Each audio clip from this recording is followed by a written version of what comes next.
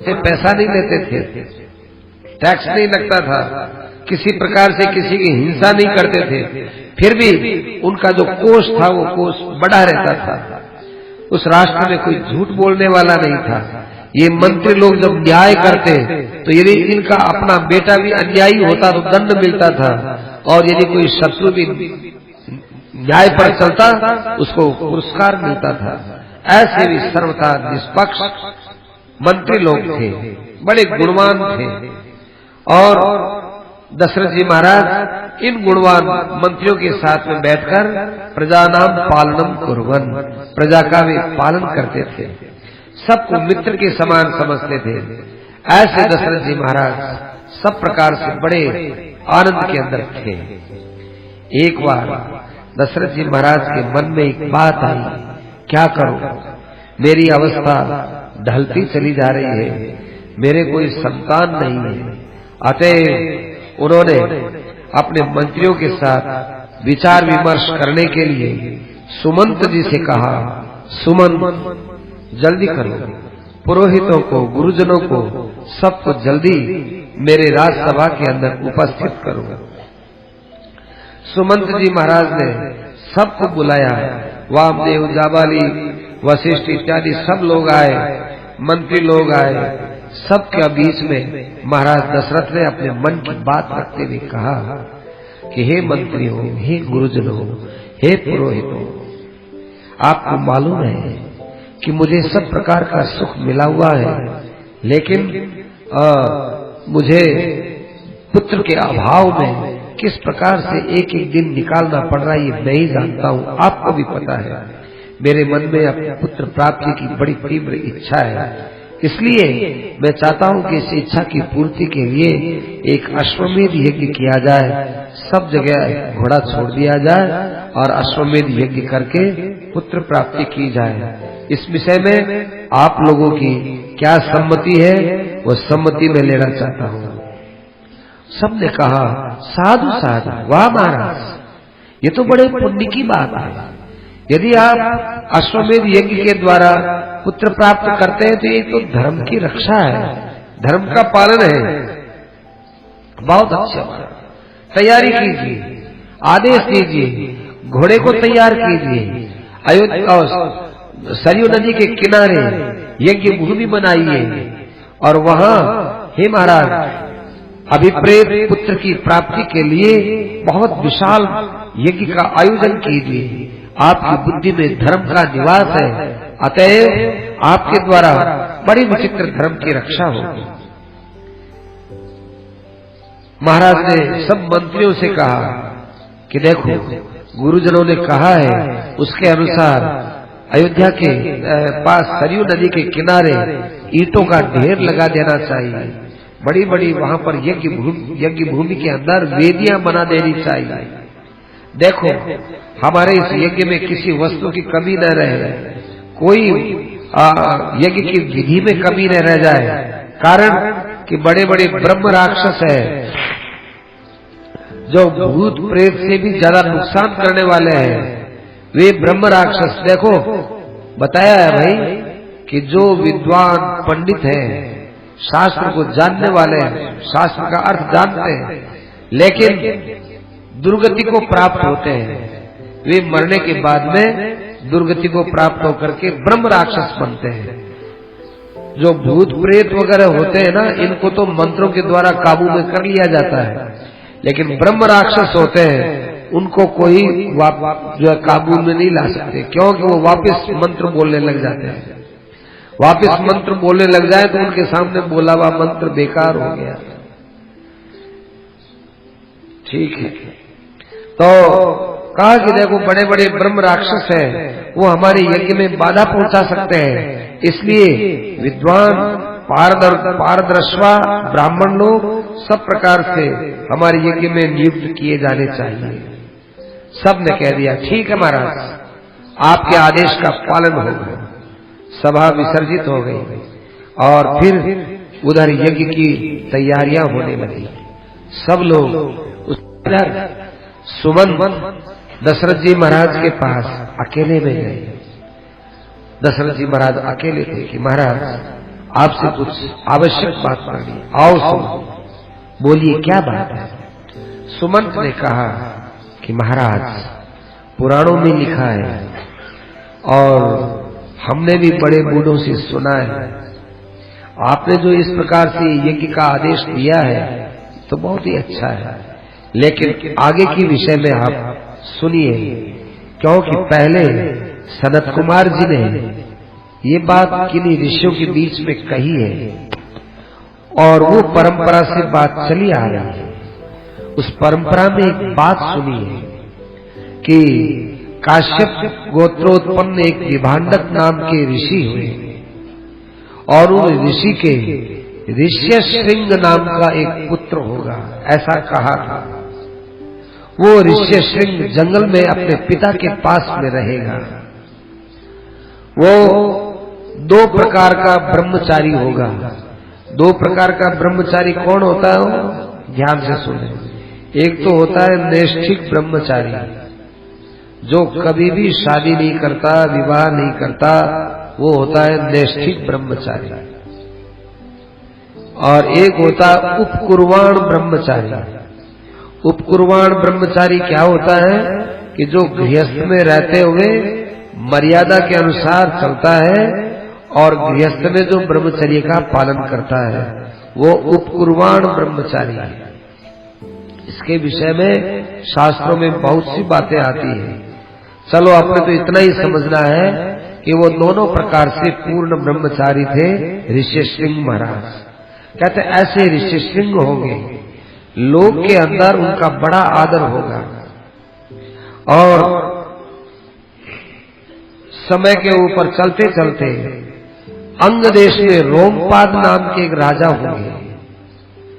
रोमपाद राजा के यहाँ पर बड़ा भारी अकाल पड़ेगा, अनावृष्टि, जैसे अनावृष्टि अभी है ऐसी अनावृष्टि होगी और अनावृष्टि के कारण से लोगों में बड़ी हाई त्राई मचेगी। अंगेशु प्रथितो राजा, अंगेशु वही गाय माता है, वही क्या हो गया? तो राजा भविष्यति महाबल है। वो जो है अंग देश में बहुत प्रतापी राजा होगा रोमपाद। उसके वहां पर वर्षा नहीं होगी, वर्षा नहीं होने से लोग बड़े दुखी हो जाएंगे।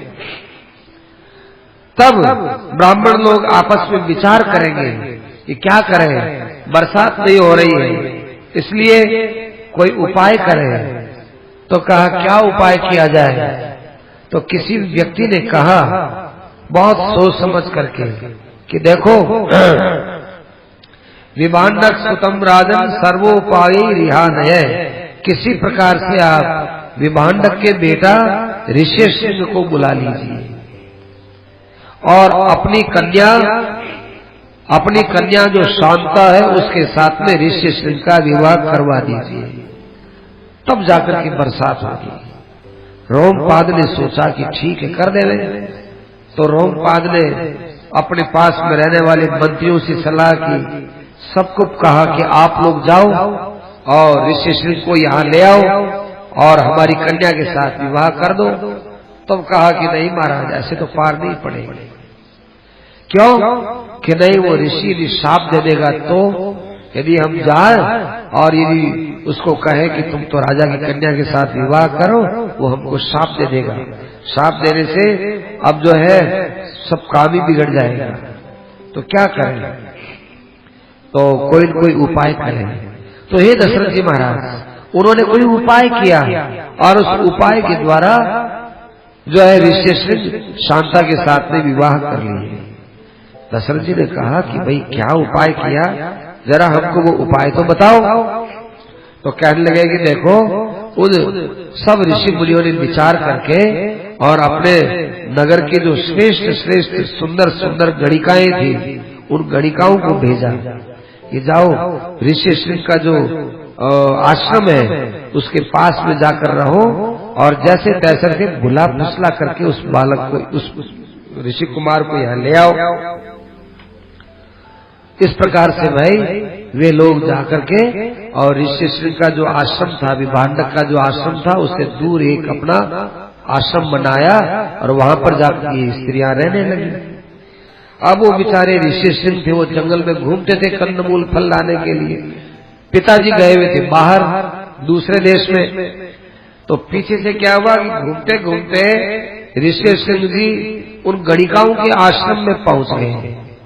अब ऋषि सिंह ने अपने जीवन में अपने पिता के अलावा किसी पुरुष को भी नहीं देखा, स्त्री को देखना तो दूर रहा। अब वो आश्रम में चला तो गया, वहां जाकर देखे कि ये क्या जंतु है, स्त्रियों को देखे ये कौन है, क्या है, ये देखे उनको। तो वो स्त्रियां उस समय अपने हाथ में बीड़ा लेकर के और गाने लगी और गा करके और इतना सुंदर गाने लगी तो गाने में मोहित हो गया, कह रहे ये तो बोलते भी है। और फिर जो है वो विभांडक का बेटा ऋषि सिंह उनका वेशभूषा वगैरह सब देख करके आश्चर्य में डूब गया। तो वो आश्रम के अंदर गया, अंदर जाते उन स्त्रियों ने चारों तरफ से उनको घेर लिया, खड़ी होगी, कहने लगी अजी आप कहां से आए हो, हम आपके विषय में कुछ जानना चाहते हैं, आप कौन है। तो वो ऋषि सिंह देखता है कि अरे मैं तो यही रहने वाला हूं, ये आश्रम कभी हमने देखा नहीं, ऐसे जंतु हमने कभी देखे नहीं, ये तो बोलते हैं हमारी तरह से। तो कहा कि देखो मेरा आश्रम यहाँ पास में है, मैं विभांडक का बेटा हूँ और मेरा नाम ऋषि सिंह है, मैं तपस्वी हूँ, मैं यहाँ पास में ही रहता हूँ, लेकिन तुम लोगों की आवाज सुनता हूँ तो मेरा मन बड़ा खुश हो रहा है, तुम लोगों की वीणा सुनता हूँ तो मेरा मन आकृष्ट होता है। तुम लोगों ने ये आश्रम कब बनाया, कैसे तुम यहाँ रहने लगे, हमें इस विषय में कुछ मालूम नहीं है। तो वो गणिकाएं क्या करें, अपने हाथ में जल पात्र लाई और उस ऋषि का चरण धोने लगी। चरण धोए तो वे ऋषि को बड़ा अच्छा लगा, ये तो बड़ी सभ्यता जानती है।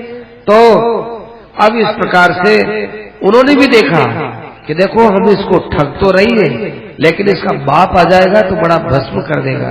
तो उनको पूजा वूजा करा करके कहा हे महाराज अब आप अपने आश्रम में जाइए। तो वो आश्रम में जाए तो देखो हमारे पास थोड़े फल है, आप ये फल खा लीजिए। अब फल क्या थे, बड़े सुंदर सुंदर मीठे मीठे लड्डू।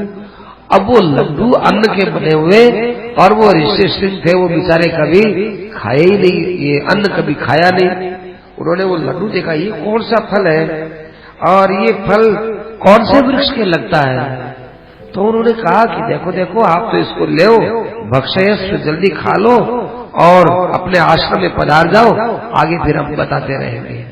तो वो लड्डू खाया, वो एक लड्डू खाया तो बहुत अच्छा लगा उनको, मगर ये बहुत अच्छा फल है, इसको भी खाया, यो भी, वो तो यही खाते थे फल तो, यूं खावे कभी यूं खावे कभी यूं खावे।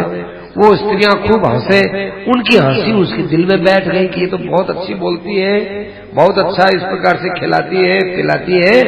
तो भाई अब उसको कहा कि तुम आश्रम में जाओ। अब वो बेचारा भोला भाला ऋषि बेटा वो कहता है मेरा तो आश्रम में जाने का मन ही नहीं होता, मैं तो यही रहना चाहता हूँ। नहीं नहीं भाई आप अपने आश्रम में जाओ। तो वे आश्रम में गए तो अस्वस्थ हृदय आश्रम में जाए तो उसकी बार बार मन में आए कि नहीं नहीं वो जो लोग आए हुए हैं ना उनसे हम बात करें, उनके बीच में ही रहे, उनसे हंसे, अच्छा लगे उनको। तो अस्वस्थ हृदय दुखाच परिवर्तते, ऐसे करते करते विभांडक का जो बेटा था वो धीरे धीरे वहां रहते रहते रहते रहते उनके अंदर बड़ा आसक्त हो गया। आसक्त होने से उन्होंने कहा हे ऋषि पुत्र, हम आपको देखते हैं कि आप आते हो तो बड़े प्रसन्न होते हो, जब यहाँ से जाते हो तो आप बड़े कुंबला जाते हो, ये क्या बात है। वो बेचारा इतना साफ सुथरा, उसको कुछ पता ही नहीं, क्योंकि उसके मन में ये मालूम ही नहीं कि ये स्त्री है कि क्या है, कोई भय भी नहीं। उसने कहा कि मैं खुद अचंभा करता हूँ, आप लोग मुझे इतनी अच्छी लगती हो कि आप लोगों को छोड़ता हूँ तो जी दुख पाता है, और आपके पास में आता हूँ तो जी खुश हो जाता है, इससे अलावा मैं कुछ नहीं जानता। तो कहा कि ऐसा करो कि जो है आप इस आश्रम में ही रह जाओ, ये आश्रम आप ही का तो है, आप वहां जाओ और दुख पाओ, इससे क्या मतलब। तो गमनाय मतिम चक्रे तंच निर्न्यूस तथास्त्य। तब अब धीरे धीरे धीरे धीरे अब ऋषिशृंग उनमें आसक्त होने लगा। एक दिन उन स्त्रियों ने कहा कि देखो, जब आपको हमारे बीच में ही रहना है ना, तो हमारे यहाँ पास में बहुत बड़ा नगर है, राजा है। उस राजा के घर में आपको बड़ा अच्छा महल मिलेगा, रहने को मिलेगा, हम लोगों का निवास मिलेगा, बहुत अच्छा रहेगा, आप वहाँ चलो। तो वो ऋषिशृंग उनके साथ में हो लिया और वहाँ साथ में चला गया। और जो है वो गणिकाएं उसको लेकर के राजा के पास में पहुंच गई। राजा ने उसका बड़ा स्वागत सत्कार किया, महलों में रखा। और फिर अब उसको पता चल गया कि भाई जो है ये क्या लीला है, क्या स्त्री है, क्या पुरुष है, इन बातों का पता चला। और फिर राजा ने अपनी कन्या शांता का उसके साथ में विवाह कर दिया और वो वहीं पर रहने लगा। तो मैं आपको एक बात बताता हूँ महाराज दशरथ जी कि क्या कि देखो, उस समय हमने ये कथा में सनत कुमार जी ने कहा था कि एक दशरथ नाम के राजा अयोध्या में होंगे, उनके कोई लड़का नहीं होगा। तब वही दशरथ जी महाराज इन्हीं ऋषिशृंग को शांता के साथ में अयोध्या लाएंगे और इनके द्वारा यज्ञ करवाएंगे और यज्ञ करवा करके और अपने मन की इच्छा पूरी करेंगे। तो कहा कि अरे ये घटना तो मेरे पर ही है, मुझे क्या करना चाहिए?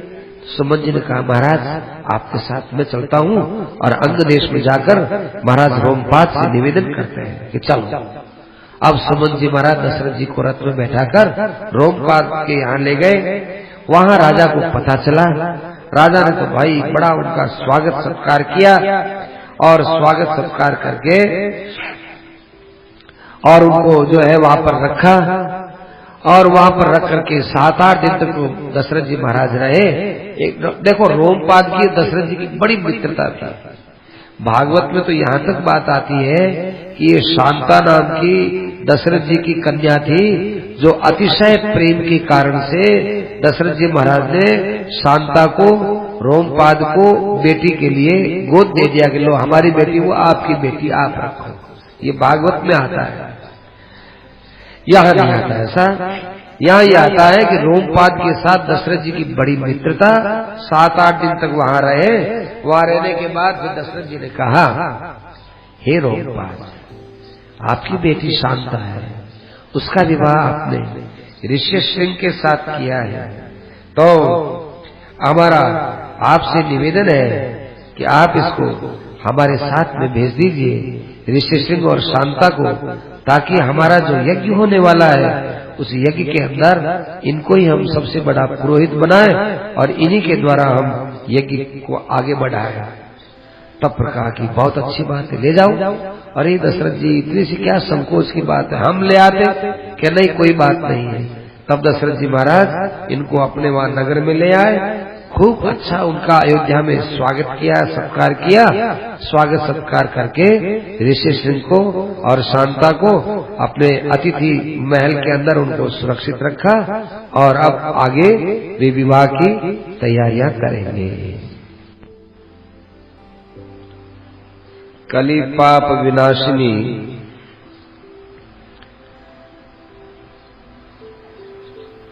श्री राम कथा को वाल्मीकि जी के शब्दों के अनुसार सुनाया जा रहा है।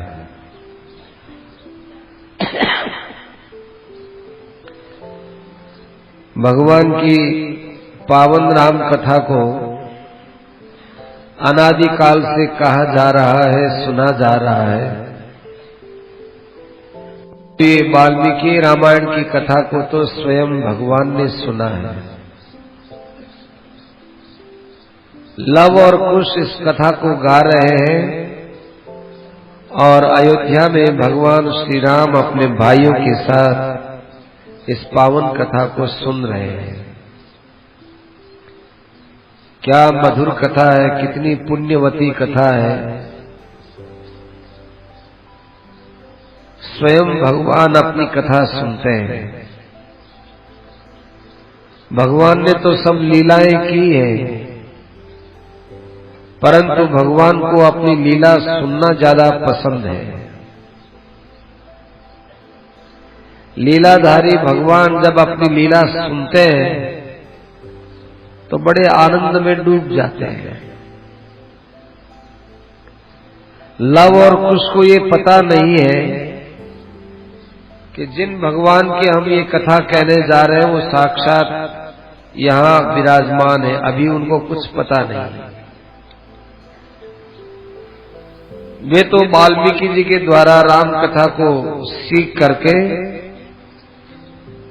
गांव-गांव, नगर-नगर में गाते हैं और गाते गाते अयोध्या भी पहुंच जाते हैं।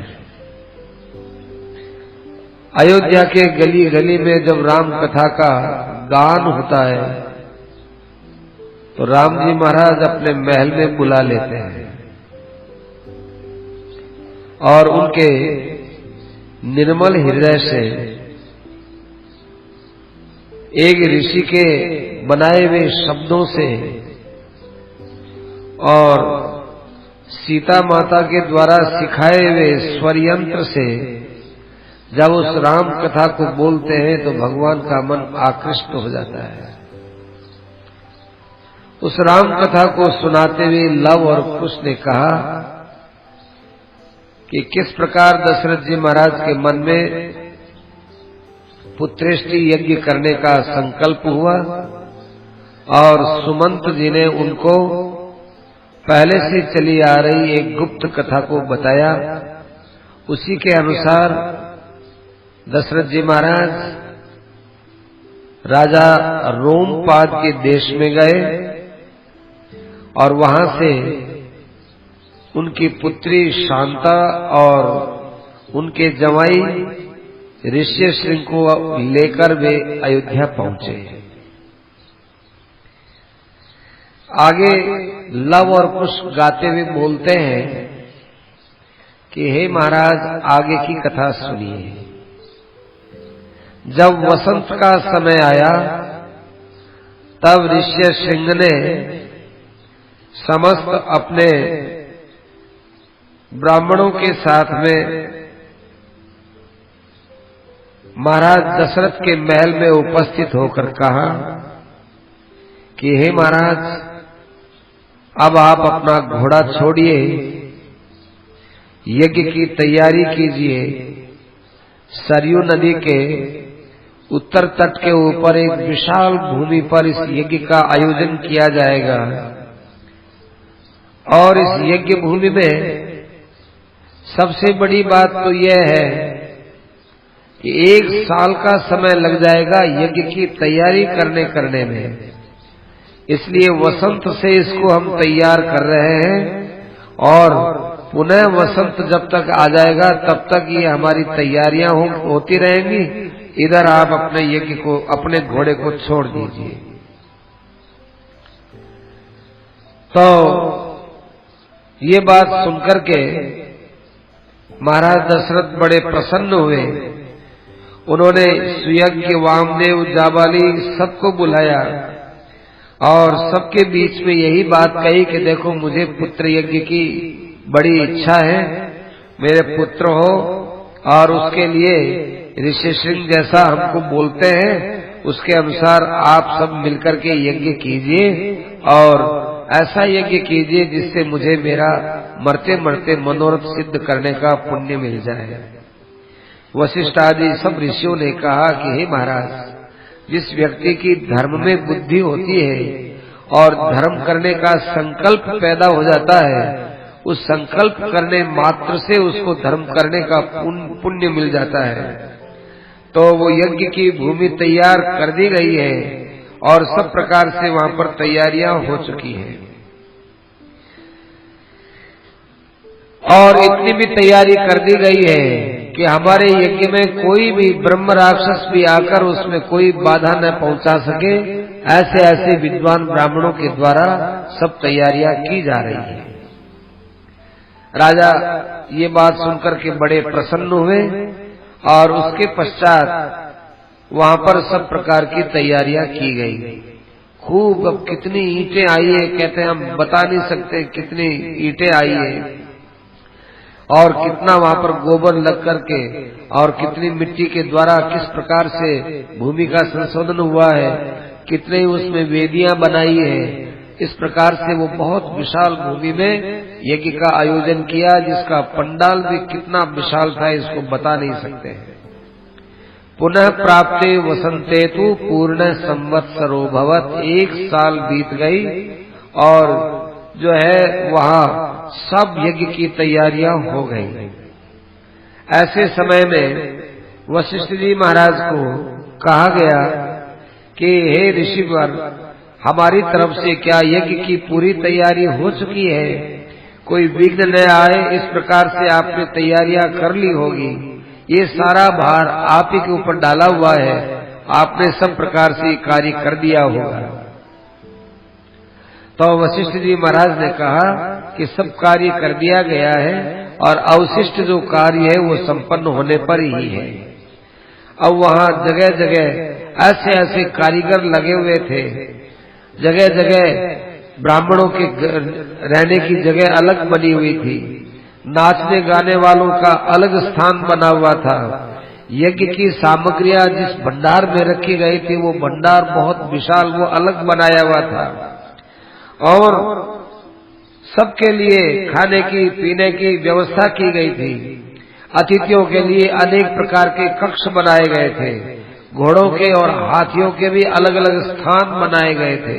देखो यज्ञ भूमि के आसपास कितनी सुरक्षा की गई है और एक बहुत बड़ी सेना यज्ञ भूमि के चारों तरफ शस्त्र अस्त्र से सुसज्जित होकर के खड़ी थी। लोग खूब आ रहे थे, वहां दान दिया जा रहा था और सब प्रकार से याचकों का सत्कार किया जा रहा था। देखो उसके अंदर जो याचकों को वस्तु दी जाती थी तो सम्मान के साथ दी जाती थी। इस प्रकार से वे वहां पर दान से, माने अन्न से, वस्त्र से सब याचक लोग संतुष्ट हो रहे थे। यथेष्टम तो सुविहितम।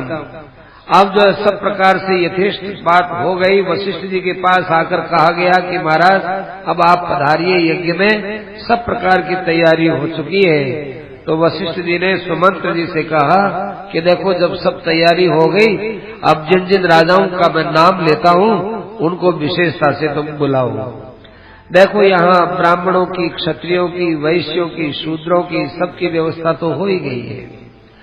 अब तुम मिथिला नरेश महाराज जनक को बुलाओ। सबसे पहले जनक जी का नाम आया। मिथिला के महाराज जनक जी को बुलाया जाए और काशी नरेश को बुलाया जाए। कैकेय देश के जो राजा हैं उनको बुलाया जाए, क्योंकि वे महाराज दशरथ के ससुर भी लगते हैं। और अंग देश के राजा रोमपाद जो महाराज के अत्यंत मित्र हैं उनको यहाँ पर बुलाया जाए। कौशल देश के महाराज भानुमान जो कि दशरथ जी महाराज के ससुर हैं उनको भी बुलाया जाए। मगध देश के राजा हैं उनको बुलाया जाए। देश विदेश जो दूर दूर तक के, नजदीक के जितने राजा हैं, जितने प्रतिष्ठित, जितने सामंत, राजाओं के अधीन रहने वाले भी और राजा लोग, उन सबको अपने यज्ञ के अंदर बड़े उदारता के साथ बुलाना है। सिंधु, सौवेर, सौराष्ट्र दूर दूर तक के राजाओं को निमंत्रण दिया गया और कहते हैं कहीं तो सुमंत जी स्वयं गए और कहीं अपने सेवकों को भेज करके लिखित में निमंत्रण देकर के उन सबको बुलाया गया। वे दूर दूर के आए हुए राजा लोग वहां उस यज्ञ की व्यवस्था देखे तो सबको बड़ा आश्चर्य हुआ कि इतना विशाल यज्ञ, यह इतना विशाल यज्ञ तो हमने कभी देखा भी नहीं था, सुना भी नहीं था। महाराज दशरथ के यहाँ कैसा अच्छा यज्ञ हो रहा है। सब राजा लोग आ गए। तब सुमंत जी महाराज ने आकर वशिष्ठ जी को बताया कि महाराज अब यज्ञ का शुभारंभ कर देना चाहिए। तो वशिष्ठ जी ने कहा कि चलो अपने सब मिलकर के महाराज दशरथ के पास में चलते हैं। सब लोग दशरथ जी के पास में पहुंचे और दशरथ जी महाराज के पास पहुंच करके और कहा कि देखो महाराज अब आप वहां पर चलिए और यज्ञ के अंदर दीक्षित होकर आप विराजमान होइए। महाराज दशरथ वहां से रवाना होते हैं। महाराज दशरथ के साथ में महाराज दशरथ की रानियां वो भी रवाना होती हैं। खूब बड़े छत्र चवर आदि लगे हुए महाराज दशरथ के बड़े आनंद से ठाक बाट से वे यज्ञ के लिए प्रस्थान करके अपने महल से प्रस्थान करके यज्ञ भूमि की ओर आ रहे हैं। वहां महाराज वशिष्ठ जी ने जितने दान देने वालों से कहा था अवज्ञा न दातव्यम, देखो कोई भी दान लेने वाला आए उसको अपने से बड़ा और अपने से सम्मानीय व्यक्ति समझ करके दान देना है, तभी दान का महत्व होता है।